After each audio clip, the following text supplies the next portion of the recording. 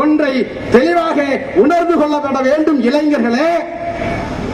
அடக்கத்தான் நமக்கு உணர்ச்சி வரும். அடிமையாக கிடக்கத்தான் நமக்கு எழுச்சி வரும். எண்ணி பாருங்கள், நடைமுறையில் இருந்ததா இல்லையா? அண்ணா, என்னை காவல்துறைக்காரன் மறித்து விட்டார், காவலரை என்ன செய்கிறது? தள்ளிவிட்டு ஓடிவிடவா, அடித்து போட்டு விட்டு ஓடவா என்று எத்தனை இளைஞர்களை கேட்டார்கள். மகிழ்ச்சி. காவல்துறை அதிகாரிகளை தள்ளிவிட்டு விட்டு ஓடவா, அடித்து போட்டு விட்டு ஓடிவிடவா என்று கேட்கிற அளவிற்கு துணிச்சல் எப்போது வந்தது? காவல்துறை உன்னை நெருக்கடி செய்தால் அதன் மூலமாக வருகிறது. இதுதான் தோழர்களே நிதர்சனம். அதை போலத்தான் ஆளுகிற அதிகார வர்க்கம் எங்களை அடக்க நாங்கள் ஒரு காலத்தில் வெளியே வந்தே தீரும் என்பது தியரி. ஆகவே எங்களை வெளியேற்றுவதற்காகவாவது, எங்கள் அடிமைகள் அங்கே உடைப்பதற்காகவது எங்களை அடக்குங்கள். எங்கள் மீது சட்டத்தை போடுங்கள், பாய்ச்சுங்கள். நாங்கள் அழுத்தம் திருத்தமான நம்பிக்கையோடு இருக்கிறோம். சிறைக்கு செல்லாமல், அடக்குமுறையை எதிர்க்காமல், அடித்தவனை திருப்பதிக்காமல் எங்கள் சமூகம் விடுதலை பயணத்தை அடைய முடியாது. இது நாங்களாக எடுக்கப்பட்ட முடிவல்ல. எங்கள் மீது எதிரிகள் எந்த ஆயுதத்தை பயன்படுத்துகிறார்களோ அந்த ஆயுதத்தை நாங்கள் எதிர்க்க வேண்டும் என்பது காலத்தின் கட்டாயம். நாங்கள் ஒருவரை படுகொலை செய்கிறோம் என்று சொன்னால் அது வேண்டி விரும்பி எடுப்பதல்ல, எங்கள் மீது திணிக்கப்பட்டது. நாங்கள் காவல்துறை அதிகாரிகளை வசப்படுகிறோம் என்று சொன்னால் அது நாங்களாக எடுக்கப்பட்ட முடிவல்ல, எங்கள் மீது திணிக்கப்பட்டது. இப்படித்தான் எங்கள் மீது திணிக்கப்படுகிறதே ஒழிய நாங்கள் வன்முறையை காதலிக்காதவர்கள், நாங்கள் வன்முறையை விரும்பாதவர்கள். நாங்கள் தான் இந்த நாட்டிலே சட்டம் ஒழுங்கை பாதுகாப்பதற்கான சரியான அமைப்பு. நான் கேட்கிறேன், சட்டம் ஒழுங்கை யாரால பாதுகாக்கப்பட்டிருக்கு? தமிழ்நாட்டில் நெல்லையில பல்லாயிரக்கணக்கான பேர் தடையில் வந்திருக்கிறாங்க. ஏதாவது ஒரு இடத்துல சட்டம் ஒழுங்கு கெட்டு இருக்கிறதா? ஏதாவது ஒரு இடத்துல பேருந்து சிதைக்கப்பட்டிருக்கிறதா? ஏதாவது ஒரு இடத்துல பேருந்து எரிக்கப்பட்டிருக்கிறதா? நெல்லை மாவட்டத்தில் சட்டம் ஒழுங்கு பிரச்சனையை பாதுகாப்பாகத்தானே நாங்கள் இருக்கிறோம். பிறகு எப்படி நாங்கள் வன்முறையாதி? பிறகு எப்படி நாங்கள் சாதி கலவரத்துக்காரர்கள்? உதாரணத்திற்கு ஒன்றை சொல்லி நேரம் கருதி நிறைவு செய்ய விரும்புகிறேன். தென்மண்டல ஐஜியை சந்திக்க போகிற போது அவர் சொல்றாரு, நீங்கள் எல்லாம் ஊர்வலம் போவீங்க, நீங்க எல்லாம் பேரணி போவீர்கள், அங்கே ஏதாவது நடந்துவிட்டா நீங்க தான் ஏவனாச்சு. யாரை சொல்கிறார்? திருவள்ளுவனை பார்த்து சொல்கிறார். ஏற்கனவே ஒரு வழக்குல ஏவனா போட்டு எத்தனை பஸ் உடஞ்சிச்சுன்னு வரலாறு தெரியாதா தென்மண்டல ஐஜிக்கு? ஏற்கனவே என்ன ஏவனிலே கேட்டதற்காக எத்தனை பேருந்துகள் நிறுத்தப்பட்டது, எத்தனை பேருந்துகள் எரிக்கப்பட்டது என்கின்ற புள்ளி விவரத்தை உளவுத்துறை அதிகாரிகளை தென்மண்டல ஐஜியிடம் கொடுங்கள். ஆனால் தென்மண்டல ஐஜிக்கு சொல்ல கடமைப்பட்டிருக்கிறேன். 1000 வழக்குகளை முதல் நபராக என் பெயரை சேர்த்தால் அதைத்தான் நான் இந்த சமூகத்திற்கு பணியாற்றுகிறேன். இந்த சமூகம் எனக்கு கொடுத்த பட்டயம் என்று கருதுவோம்.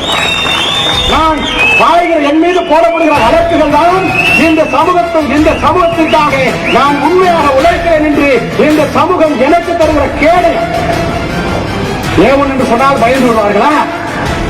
ஆகவே தான் இதெல்லாம் யார் கொண்டு வர்றார்? இப்படி எல்லாம் பேசுவது கால் சாதிக்கிறவர்களை உருவாக்குமா இல்லையா? இப்படி எல்லாம் பேசுவது போக்குவரத்துக்கு இடையூறு வருமா இல்லையா? இப்படி எல்லாம் பேசுவது வன்முறை வெடிக்குமா இல்லையா? ஆக இந்த வன்முறைக்கு யார் காரணம்? இது போன்ற காவல்துறை அதிகாரிகள் தான். இது போன்ற காவல்துறையுடைய பொறுப்பற்ற செயல்பாடு தான். ஆகவே வன்முறை தடுக்க வேண்டும் என்று சொன்னால் நீங்கள் முதலில் நேர்மையானவர்களாக, சட்டத்தை பாதுகாப்பவர்களாக மாற வேண்டும். இன்றைக்கு தமிழகத்திலேதான் சட்டம் ஒழுங்கு சரியாக இருக்கிறது சொல்கிறார்கள். தமிழகத்திலேதான் விழுப்புரத்தில் 144, ராமநாதபுரத்தில் 144, திருநெல்வேலியில் 144. நான் கேட்கிறேன், எல்லா மாவட்டத்திலையுமே 144 போக்கிட்டேன்னா சட்டம் நல்லா தான் இருக்கும். எல்லாருடைய கண்ணையும் பிடிங்கிவிட்டால் நாடு இருட்டாகத்தானே இருக்கும். அந்த இருக்கணி என்னத்தை சுதந்திரமா ஏதோ வேடிக்கை பார்க்க போறேன். எல்லா மாவட்டத்திலையும் 144 தடைகள் போட்டுவிட்டு எந்த மாவட்டத்தில் சட்டம் ஒழுங்கு சரியாக இருக்கிறது என்று சொல்ல போகிறாய்? ஒருவேளை நான் சொல்கிறேன், தமிழகம் சட்டம் ஒழுங்கை கெட்டி கிடக்கிறது. எதனால்? தலைவர்களுடைய குடும்பத்தினாலா? தலைவர்களுக்கு அஞ்சலி செலுத்துவதாலா? இல்லை உறவுகளே, நான் பகிரங்கமாக சொல்லுவேன், தமிழகத்திலே சட்டம் ஒழுங்கு கெட்டிருக்கிறது. அதற்கு அடிப்படை காரணம் ஜெயலலிதா அவர்கள் அறிவித்து நடைபோட்டுக் கொண்டிருக்கிற சாராய கடைதான் சட்டம் ஒழுங்கு பிரச்சனைக்கு அடிப்படை காரணம். ஜெயலலிதா, நீ கடை நடத்திக்கிட்டு இருக்கிற சாராய கடை, அந்த சாராய கடையை இழுத்து மூடி தமிழகம் சமாதானமான மாநிலமாக, தமிழகம் முன்னோடி மாநிலமாக விளங்கும். ஆக கலவரத்திற்கு காரணம் நீயே சாராயத்தை காட்சி ஊத்துவ, நீயே இவனை குடிக்க வைப்ப, கலவரத்துக்கு காரணம் இவன் சொல்லுவ. ஏன்னா ஒருவன் கொலை செய்கிறான் என்று சொன்னால் அந்த கொலைக்கு ஐடியா கொடுக்கிறவன், அந்த கொலைக்கு ஆயுதம் எடுத்து தருவன் எல்லாம் கொலை குற்றவாளி தானே. ஒருவன் சாராயத்தை குடித்து விட்டு கொலை செய்கிறான் என்று சொன்னால் சாராயத்தை ஊற்றி கொடுக்கிற இங்க இருக்கிற அரசு கேந்திரம், சாராய கடை நடத்துகிற அரசு அதிகாரிகள், சாராய கடையை நடத்த அனுமதிக்கிற செயலில் அந்த குற்றத்துக்கு உடந்தையா இல்லையா? தென்மண்டல ஐஜி அவர்களே, என்னை கேட்கிற அதே கேள்வியை ஜெயலலிதாவை பார்த்து கேளுங்கள். சாராயம் குடிப்பதுதான் அடிப்படை காரணம். ஆகவே இதற்கு காரணமாக இருக்கிற ஜெயலலிதா தான் ஏவன் நக்கி சென்று ஜெயலலிதாவை பார்த்து சொல்லுங்கள், ஜெயலலிதாவை பார்த்து சொல்லுங்கள். நான் கேட்கிறேன் ஜெயலலிதா அவர்களே, ரேஷன் கடையில மண்ணெண்ணெய் ஊத்தினா உங்க படம் போட்டு தரீங்க, ரேஷன் கடையில அரிசி போட்டா உங்க படம் போட்டு தரீங்க, ரேஷன் கடையில மிக்சி கொடுத்தா உங்க படம் இருக்கு, ரேஷன் கடையில என்னென்ன கொடுக்கறீங்க அதுக்கெல்லாம் உங்க படம் போட்டிருக்கிற இந்த சாராய கடையில விற்கிற பாட்டில் உங்க படம் போட்டா எங்க குற்றம்? சாராய கடையில் விற்பனை செய்கிற பாட்டிலே கூட உங்கள் படம் போடுவது உங்களுக்கு அவமரியாதையாக இருக்கிறது என்று சொன்னால், என் தேசம் சாராயத்தால் சாகடிக்கப்படுகிறது, என் தேசம் சாராயத்தால் அழுகிறது. இதை கண்டு நாங்கள் பொறுத்தெடுக்க மாட்டோமா? இதை கண்டு நாங்கள் பொங்கிட மாட்டோமா? இதையெல்லாம் பேசினா சாதி கலவரத்தை தூண்டுறானா? நான் கேட்கிறேன், இந்த நாட்டில் சாராயம் இல்லாத தேசம் இருக்க வேண்டும் என்று நான் பேசுவது அனைத்து சாதி தலைவர்களுக்கும் அஞ்சலி செலுத்த உரிமை தாருங்கள் என்று நான் பேசுவது.